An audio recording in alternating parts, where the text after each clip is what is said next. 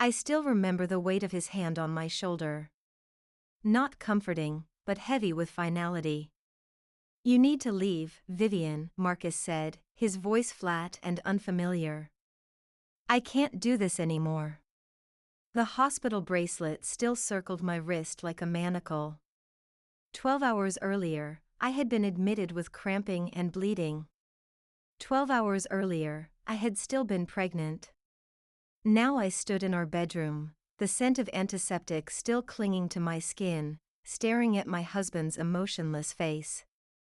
"Marcus, please," I whispered, my voice raw from crying. "We can try again. The doctor said this happens sometimes, that there's no reason we can't." "No." The words sliced through the air between us. "I've given you 3 years, Vivienne. 3 years of disappointment and failure." I flinched as if he'd struck me. "This isn't my fault," I said, tears threatening again. "I didn't choose this." Marcus looked at me with cold detachment. "It doesn't matter whose fault it is. The result is the same. You can't give me what I need." "What you need?" My voice rose, sharpened by disbelief. "What about what I need? I just lost our baby." "It wasn't a baby yet," he corrected, clinical and distant. "And this makes the 3rd time. I want a family, Vivienne. I want children. And you." He gestured vaguely at my still tender abdomen. "You're clearly not capable of providing that." The cruelty of his words knocked the breath from my lungs. "You can stay until the end of the week," he continued, as if we were discussing a minor inconvenience rather than the implosion of our marriage. "I've already called a lawyer." I stared at this stranger wearing my husband's face. Where was the man who had held my hand through the first 2 miscarriages? Who had whispered that we would get through this together? Who had promised for better or worse? "Where am I supposed to go?" I asked, my voice small. "That's not my concern anymore." He turned away, reaching for his coat. "I have a dinner meeting. Don't wait up." The front door closed with a soft click that somehow hurt more than a slam would have. I sank onto the edge of our bed, the bed where we had conceived the child I had just lost, and felt something inside me crystallize. A hard, sharp thing that cut through the grief and confusion. My hands shook as I reached for my phone and dialed the one person I knew would answer. "Vivienne?" Elodie's voice was warm, concerned. "How are you feeling?" "I was going to visit tomorrow." "He's leaving me," I said, the words strange and ugly in my mouth. "Marcus is leaving me. Because I can't." My voice broke. "That bastard," Elodie hissed, her usual restraint evaporating. "Stay there. I'm coming to get you." "No," I said, suddenly sure. "No, I don't want to be here when he gets back." Can I come to you?" "Of course." No hesitation.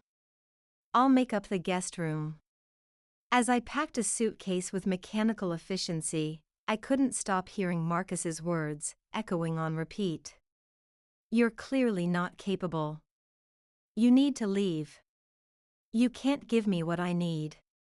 With each item I placed in my suitcase, the hard, sharp thing inside me grew stronger. It wasn't until I was in the taxi, watching our brownstone fade from view, that I recognized what it was. Determination. Marcus had declared me a failure, useless, broken. He had discarded me like something defective. But I wasn't broken. I was Vivienne Harper, and I was going to prove him wrong. I just didn't know how yet. The guest bedroom in Elodie's apartment became my refuge. For 3 days, I barely left it, emerging only to use the bathroom or accept the cups of tea and bowls of soup my best friend silently offered. On the 4th day, she sat on the edge of my bed and placed a legal document beside me. He had it couriered over, she said gently. Divorce papers. I stared at the manila envelope without opening it. Did you know he was having an affair? I finally asked. Elodie's sharp intake of breath confirmed what I had suspected since that cold conversation in our bedroom. How did you know? She asked, her voice careful. He didn't fight for us, I said simply. 3 years of marriage, 3 lost pregnancies, and he just walked away. No counseling, no discussions. He had somewhere else to go. Elodie nodded slowly. The rumor at the firm is that it's Caroline from marketing. It's been going on for about 6 months. 6 months. While I was desperately trying for another baby after the second miscarriage, while I was taking vitamins and tracking ovulation and praying every night, my husband had been in someone else's bed. I opened the envelope. He's keeping the house, I noted, scanning the first few pages. Of course he is. His parents put down the deposit. I flipped through more pages, fighting the urge to laugh hysterically. He's offering me $50,000. For 3 years of marriage. For 3 lost babies. $50,000. Vivienne. Elodie began, her tone concerned. I held up a hand to stop her. It's fine. Actually, it's perfect. Perfect? How is any of this perfect? I sat up straighter, feeling clearer than I had in days. Because it's enough to start over. Enough to get away from here, from him, from everything. Elodie frowned. What are you thinking? I'm thinking I need a fresh start. Somewhere he can't find me, can't check up on me, can't measure my failures against his new life. I looked at my oldest friend, the only person who had stood by me through everything. I was thinking Seattle. Seattle? Elodie's eyebrows shot up. That's across the country. Exactly. I felt a surge of energy, of purpose. You always said your cousin has a property management company there. Didn't she mention needing help? Well, yes, but... Elodie studied my face. Are you sure running away is the answer? I'm not running away, I corrected, my voice hardening. I'm moving forward. I'm starting over. I'm showing Marcus that he didn't destroy me, that I can thrive without him. Elodie was silent for a long moment, then nodded.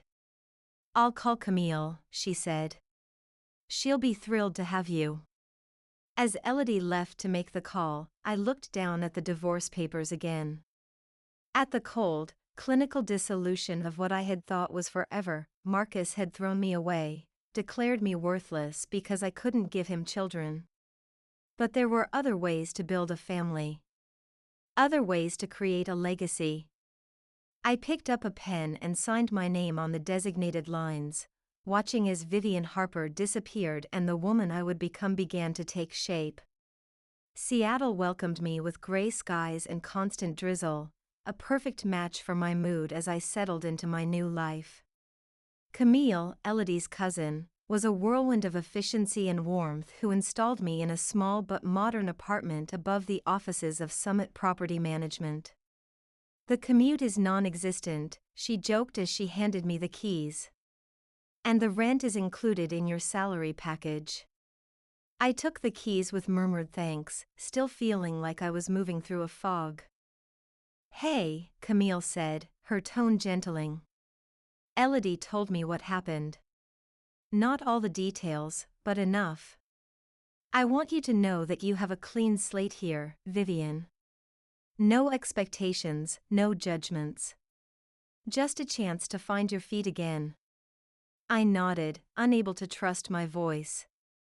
Now, she continued, all business again, get some rest. Your first day is Monday, and I promise you'll be too busy to think about anything but work. She was right. The job at Summit was demanding, requiring organization, attention to detail, and a thick skin when dealing with difficult tenants. I threw myself into it with a ferocity that surprised even me, staying late, volunteering for the most challenging properties, learning every aspect of the business.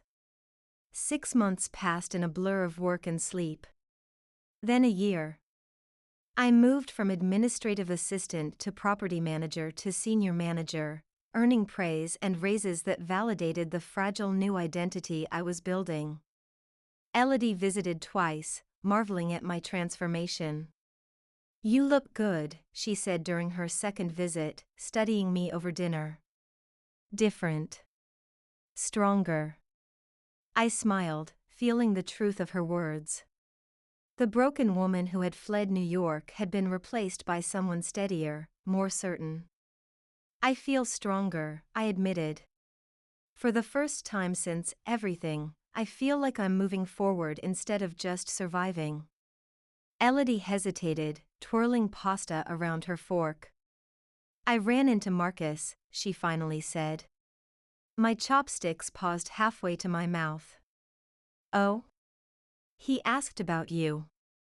I set the chopsticks down carefully. "What did you tell him?" "The truth. That you'd moved across the country and started over. That you seem happy." She reached across the table to squeeze my hand. "He's married now. To Caroline. She's pregnant." The news hit me like a physical blow, but not in the way I expected. It wasn't jealousy or grief that surged through me, it was anger. "Of course she is," I said, my voice tight. Proving that the problem wasn't me after all. It was us. Our combination. But he was so quick to blame me, to throw away everything we built. "I know," Elodie soothed. "I know. He's an ass. But you're better off without him, Viv. Look at what you've accomplished on your own." I nodded, breathing through the anger. "You're right. I wish I could show him. I wish he could see that I'm not the failure he declared me to be." "Maybe someday you will," Elodie said. "But don't let that be what drives you. You're rebuilding your life for yourself, not for him." She was right, of course. But as I lay in bed that night, I couldn't stop thinking about Marcus and his new wife, preparing for the baby I never got to have. The family I had been declared unfit to provide. The next morning, I called Camille. "I want to learn more about the investment side of the business," I told her. "I have some ideas." 2 years after my arrival in Seattle, I stood in the empty shell of what had once been a decrepit apartment building in a neglected neighborhood. Camille walked beside me, clipboard in hand, as we discussed renovations. "The location is perfect," I said, gesturing out the grimy windows. "Close enough to downtown for commuters, but far enough out that we can keep rents reasonable." "It's a big project, Viv," Camille cautioned. "Are you sure you want this to be your first solo development?" I smiled, running my hand along the peeling wallpaper. "I'm sure. This building has good bones. It just needs someone to believe in it." Camille laughed. "You and your strays. First that mangy cat, then the assistant everyone else gave up on, now this building." I shrugged, unbothered by her teasing. It was true that I'd developed a reputation for taking on challenges others avoided. My cat, Wellington, had been a feral mess when I found him huddled under my building's stairwell. Zoe, my assistant, had been on probation for chronic lateness when I requested her transfer to my team. Both had thrived under my patient attention. "I've got a good feeling about this one," I insisted. 3 months into the renovation, I wasn't feeling quite so confident. The problems seemed endless: rotting support beams, outdated wiring, plumbing disasters. Each new discovery ate into the slim budget I'd scraped together from my savings and a small business loan. "We need to cut corners or find more money," the contractor told me bluntly after discovering black mold behind the bathroom walls. "And I don't recommend cutting corners." I sat in my car that evening, staring at my phone and battling my pride. Finally, I dialed. "Viv?" Elodie sounded surprised. "Is everything okay?" "It's late. I need an investor," I said without preamble. "For my building project. I'm about 50,000 short, and the banks won't extend my loan." There was a pause, then a soft chuckle. "You know, most people start phone calls with hello or how are you?" "Sorry," I sighed. "Hello, how are you? I need $50,000. Elodie laughed outright. "I'm fine, thanks for asking. And as it happens, I might be able to help. One of our clients has been looking for investment properties on the West Coast. Let me make a call." The next morning, I had an email from Nathan Cho, hedge fund manager and angel investor. 2 days later, he flew to Seattle to tour the property. "It's ambitious," he said, stepping carefully around construction debris. "But I like the location, and your plans for mixed-income units make sense for this neighborhood." I waited, trying not to look as desperate as I felt. "I'll do it," he finally said. 50,000 for a 20% share. Relief made me lightheaded. "Thank you. You won't regret it." Nathan smiled, his eyes crinkling at the corners. "I know I won't. I have a good feeling about you, Vivienne Harper. I think this is just the beginning of your real estate empire." I laughed, but somewhere deep inside, a seed took root. Empire. I liked the sound of that. The Summit Apartments opened to full occupancy, transitioning smoothly from problem property to shining success. Nathan was impressed enough to introduce me to other investors, and within 18 months, I had acquired and renovated 2 more buildings under the newly formed Harper Properties banner. "You should be proud," Camille told me at the opening reception for the 3rd building. 3 years ago, you showed up at my office looking like you might shatter if someone spoke too loudly. Now look at you." I smiled, scanning the room filled with investors, tenants, and community partners. "It's been quite a journey."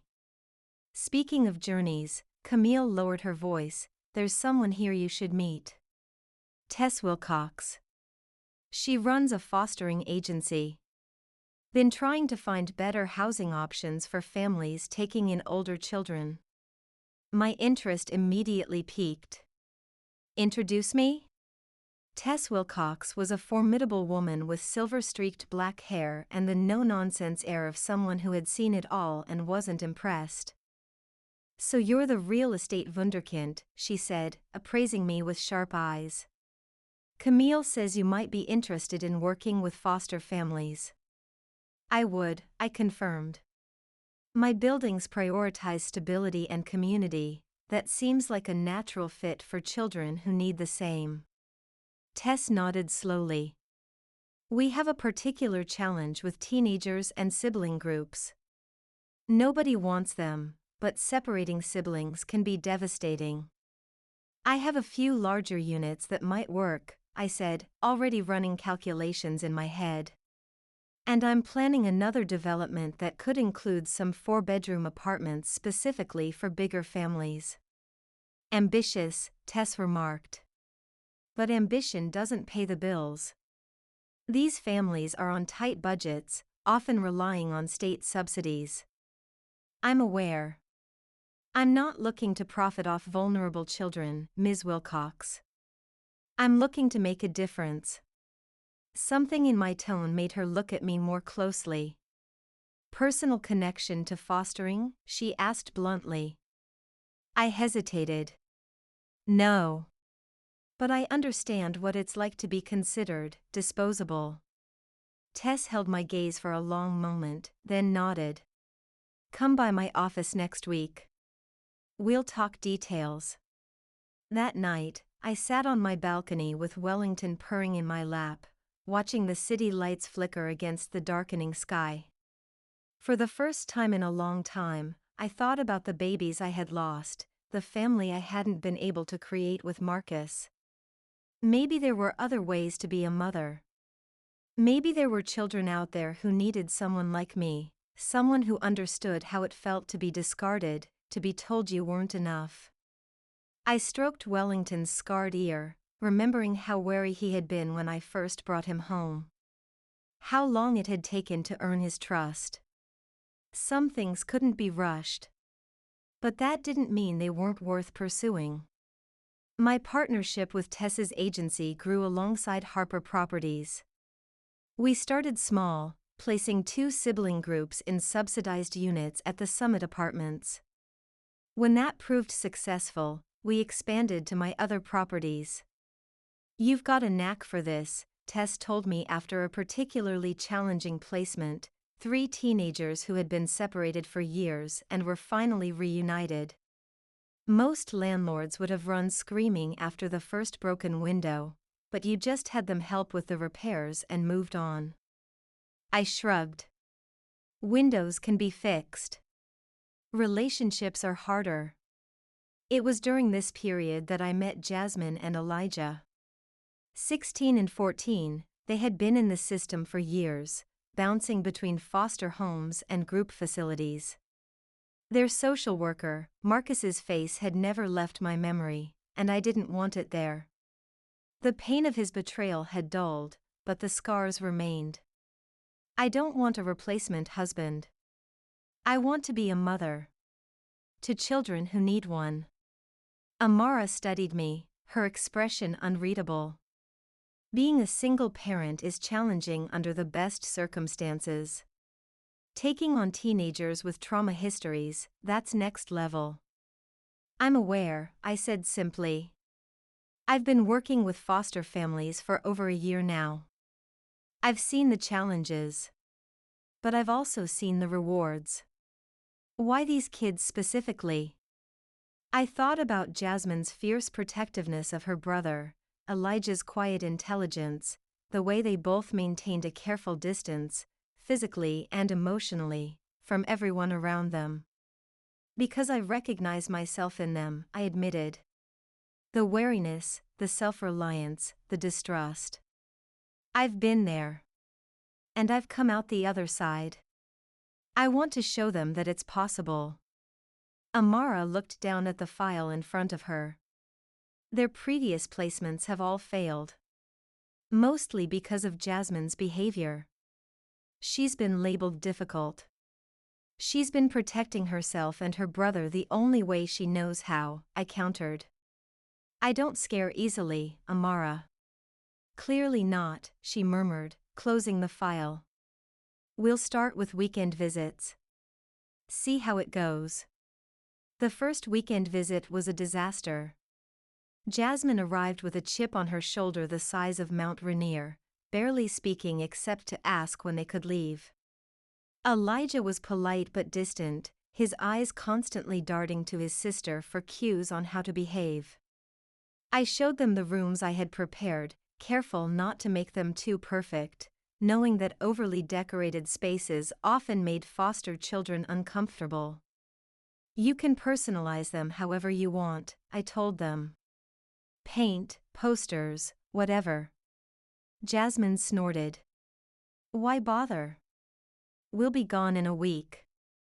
I met her challenging gaze evenly. Maybe. But you'll be here this weekend, and I want you to be comfortable. Whatever, she muttered, dropping her backpack on the bed. That night, I woke to the sound of hushed voices in the kitchen. I crept down the hallway to find both teenagers rummaging through my refrigerator. There's leftover lasagna on the second shelf, I said, causing them both to whirl around, Jasmine immediately pushing Elijah behind her. And cookies in the jar on the counter. We were just, Elijah began. Hungry, I finished for him. It's fine. Food is meant to be eaten, and you don't need permission. That's rule number 1 in this house. Jasmine's eyes narrowed. What's rule number 2? Respect, I said simply. You respect me, I respect you. That includes privacy, personal space, and opinions. What if we break the rules? She challenged. Then we talk about it. I don't believe in punishment for punishment's sake. I moved to the fridge and pulled out the lasagna. Want me to heat this up? After that first awkward meal at 3 a.m., things slowly improved. Weekend visits became week-long stays. Elijah began to speak more, asking questions about my work, shadowing me on building inspections. Jasmine remained wary, but the outright hostility faded. 6 months after that first visit, Amara raised the possibility of permanent placement. They want to stay with you, she told me, sounding mildly surprised. Both of them. That's unprecedented. Especially for Jasmine. My heart stuttered. And what do you think? Amara smiled. I think you've performed a minor miracle, Vivienne. Your home study is excellent, your background check is clear, and you've demonstrated remarkable patience and understanding. So, that's a yes? That's a yes. We can start the formal adoption process whenever you're ready. That night, I set the teenagers down in my living room, heart hammering against my ribs. I've been talking with Amara, I began, trying to keep my voice steady. About making this arrangement permanent. If that's something you want. Elijah's eyes widened. You mean like adoption? I nodded. Yes. I would legally become your parent. You would live here permanently. Your last name would change to Harper, if you wanted. Why? Jasmine's voice was suspicious, but I caught the flicker of hope she tried to hide. Because I love you, I said simply. Both of you. And I want us to be a family.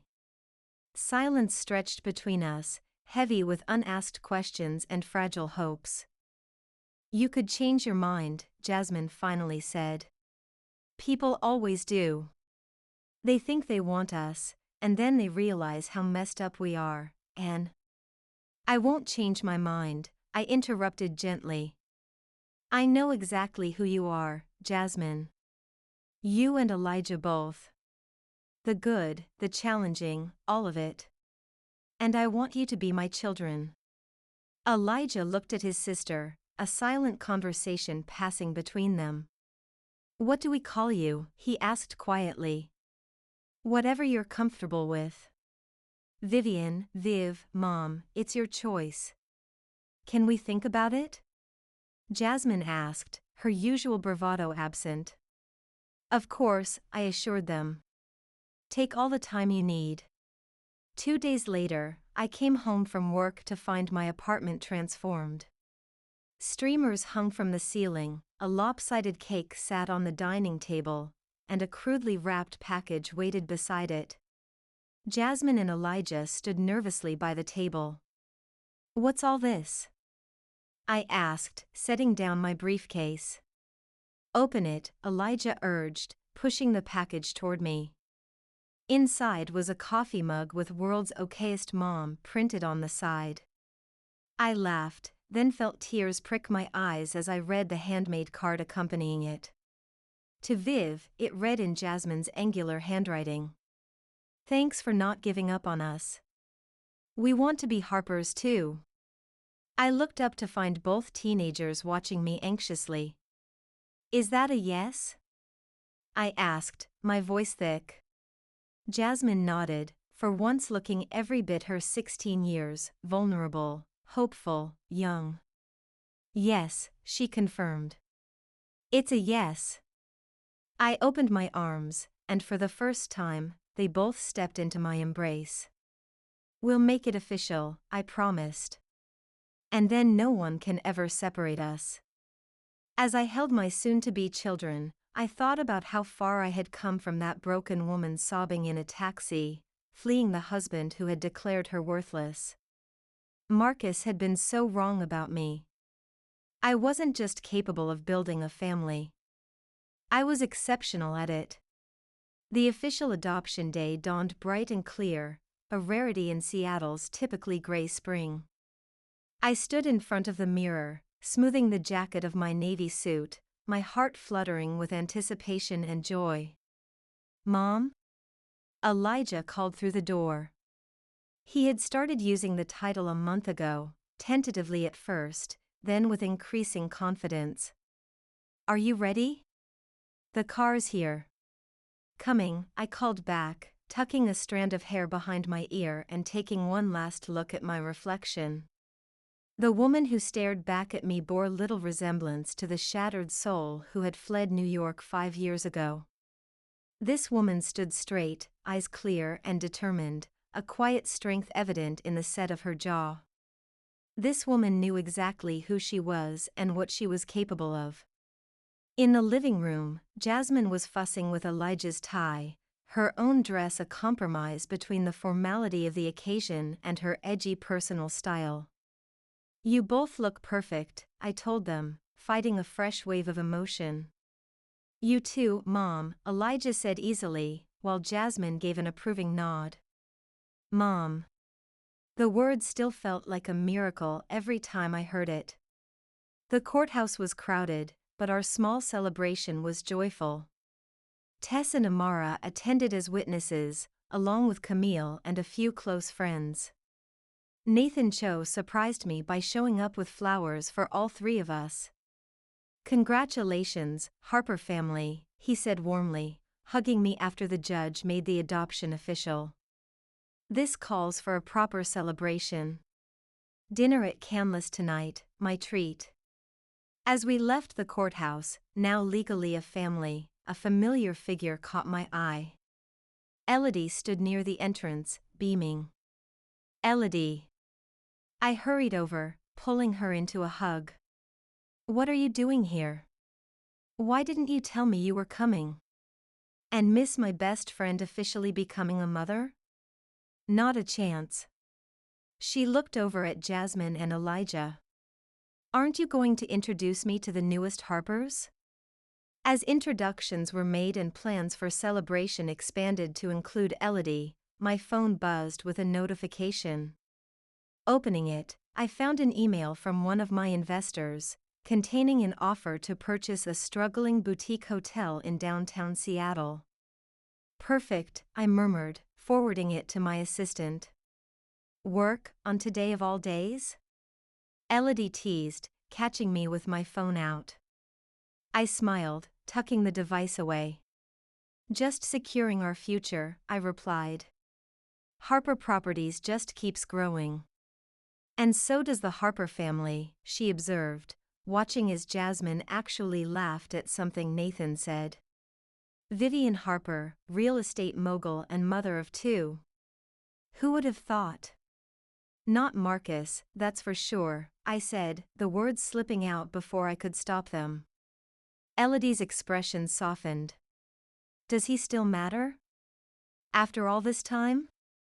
I considered the question, watching my children, interact with the people who had helped me rebuild my life. "No," I said finally. "He doesn't. But sometimes I still wish he could see what I've built without him. The family he said I couldn't have. The success he never thought I could achieve." "Be careful what you wish for," Elodie said lightly, but her eyes were serious. "The universe has a way of granting requests when you least expect it." I laughed, dismissing her warning. "Come on, let's go celebrate.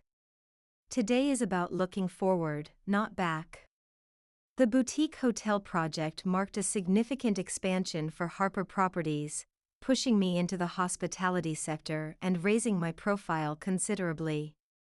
The Seattle Business Journal ran a feature on the renovation, highlighting my commitment to historical preservation and sustainable practices. You're becoming something of a local celebrity, Nathan remarked during one of our regular investor meetings. The woman who transforms forgotten properties into community assets. I smiled, shuffling through the financial projections for our next acquisition. As long as the attention brings in new investors, I'm all for it. Speaking of investors, Nathan said, sliding a folder across the table, I've been approached by an East Coast firm looking for West Coast opportunities. They're particularly interested in your model of mixed-use development with community integration. I opened the folder, skimming the first few pages. Westmore Capital, I read aloud. Never heard of them. They're relatively new, but they've been making waves in New York. Especially in Brooklyn. Something about the company name nagged at me, but I pushed the feeling aside. Set up a meeting. If they're serious, we could use the additional capital for the Lake Union project. 2 weeks later, I stood in the conference room of my downtown office, prepared to pitch to the Westmore representatives. Jasmine, now in her first year of college and working part-time as my marketing intern, had helped prepare the presentation.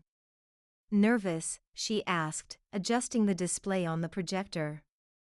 I smiled, amused by her question. I've done dozens of these pitches, Jazz. It's routine by now. This one's different, she insisted. Bigger fish, East Coast money. Plus, you've been weird ever since Nathan mentioned them. Sometimes I forgot how perceptive my daughter had become. I'm fine, I assured her. Just focused on making sure everything's perfect. Jasmine looked skeptical but was prevented from pressing further by my assistant's arrival. The Westmore team is here, Zoe announced. Shall I send them in? I nodded, straightening my blazer and mentally shifting into professional mode. Let's do this. The door opened, and 3 people entered, a woman and 2 men in crisp business attire. I stepped forward with a welcoming smile that froze on my face as I recognized the last man through the door. Marcus.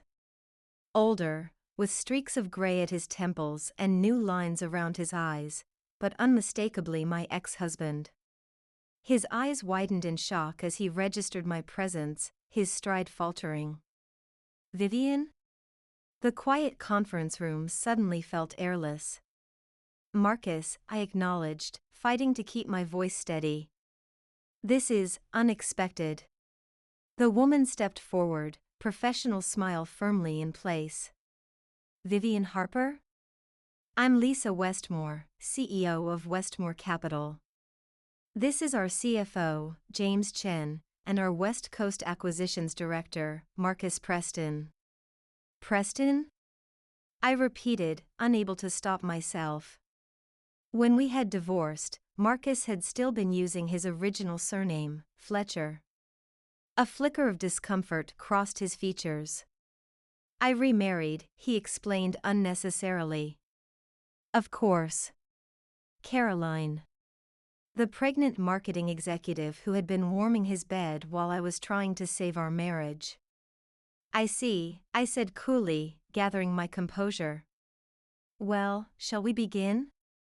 I'm sure you're eager to learn about the opportunities Harper Properties has to offer. Jasmine appeared at my side, her protective instincts clearly triggered by the sudden tension in the room. Everything okay, Mom? Mom. The word hung in the air between Marcus and me, his surprise evident. Everything's fine, sweetheart, I assured her. Why don't you help everyone get settled while I grab the updated financials from my office? I escaped to my private office, gripping the edge of my desk as I fought to control my breathing. Of all the investors in all the world, why did it have to be Marcus? After 7 years, why now, when I had finally built the life I wanted? A soft knock at the door preceded Jasmine's entrance. So that's him, isn't it? She asked without preamble. The ex who kicked you out because you couldn't have kids. I looked up sharply. How did you? Elijah and I have ears, Mom. And you talk to Elodie on the phone a lot. She shrugged, unapologetic. Want me to spill coffee on his lap? I totally will. Despite everything, I laughed. No, no coffee attacks. We're professionals, and Westmore's investment could be significant for us. Screw the investment. He hurt you. I moved around the desk to hug her fiercely. Yes, he did. But look what came from that pain. You, Elijah, Harper Properties. Everything good in my life now. Jasmine hugged me back, then pulled away, her expression determined. Fine. No coffee attacks. But I'm staying for the meeting, and I'm going to make sure he knows exactly what he threw away. I nodded, gathering the folders I needed. Just follow my lead, okay? This is still a business meeting. When we returned to the conference room, Marcus was engaged in quiet conversation with Lisa Westmore, but his eyes immediately tracked our entrance. Sorry for the delay, I said smoothly, taking my seat at the head of the table. Now, as you can see from our portfolio, Harper Properties has established a unique niche in the Seattle market. I delivered my presentation with practiced ease, outlining our current holdings, development philosophy, and future plans. Throughout, I was acutely aware of Marcus's gaze, alternating between the presentation materials and my face. The community integration aspect is particularly impressive, Lisa commented when I concluded. Most developers pay lip service to community needs, but your partnership with foster care agencies is genuine innovation. It's personal for me, I replied, allowing a glimpse of the passion behind the projects. Creating stable housing for vulnerable families aligns with our broader mission of building communities, not just buildings, I continued, feeling Jasmine's supportive presence beside me. Each property in our portfolio represents a commitment to long-term stability for our residents. Lisa nodded appreciatively while James scribbled notes. Marcus remained silent, his expression unreadable. I'd like to hear more about your fostering initiatives, Lisa said. How many families have you placed so far? As I detailed our successes, pride infused my voice. Jasmine occasionally interjected with personal observations, her confidence and articulation clearly impressing the Westmore team. When the meeting concluded, Lisa extended her hand. We're very interested in moving forward, Ms. Harper. Your approach aligns perfectly with our investment philosophy. I'm pleased to hear that, I replied. Zoe will coordinate next steps. As they gathered their materials, Lisa paused. Marcus, perhaps you could stay behind to discuss the technical aspects? James and I have another appointment. Before he could object, they departed, leaving Marcus, Jasmine, and me in a silence heavy with unspoken history. So, Marcus finally said, his voice lacking its earlier business polish. You've done well for yourself. We have, I confirmed, deliberately including Jasmine in my response. Your daughter seems exceptional, he offered, awkwardness evident in his stiff posture. Both my children are, I replied. Jasmine and her brother Elijah. Understanding dawned in his eyes. You adopted? Yes. 4 years ago. I met his gaze steadily. It turns out I'm quite capable of motherhood after all. Marcus flinched, the implied rebuke landing precisely where I'd aimed it. You were always capable, Vivienne, he said softly. It was me who wasn't ready for the challenges we faced. That much was obvious when you discarded me at my lowest point, I replied, keeping my voice neutral despite the old pain surfacing. Mom, Jasmine touched my arm gently. I'll wait outside. After she left, Marcus exhaled heavily. I regret how I handled things. Caroline and it didn't last. She miscarried at 4 months, and suddenly I understood what you'd been through. By then, you were gone. I absorbed this information without visible reaction, though something inside me, not satisfaction, but perhaps vindication, settled into place. I'm sorry for your loss, I said, meaning it. But thank you for discarding me, Marcus. You freed me to build something better than I ever imagined.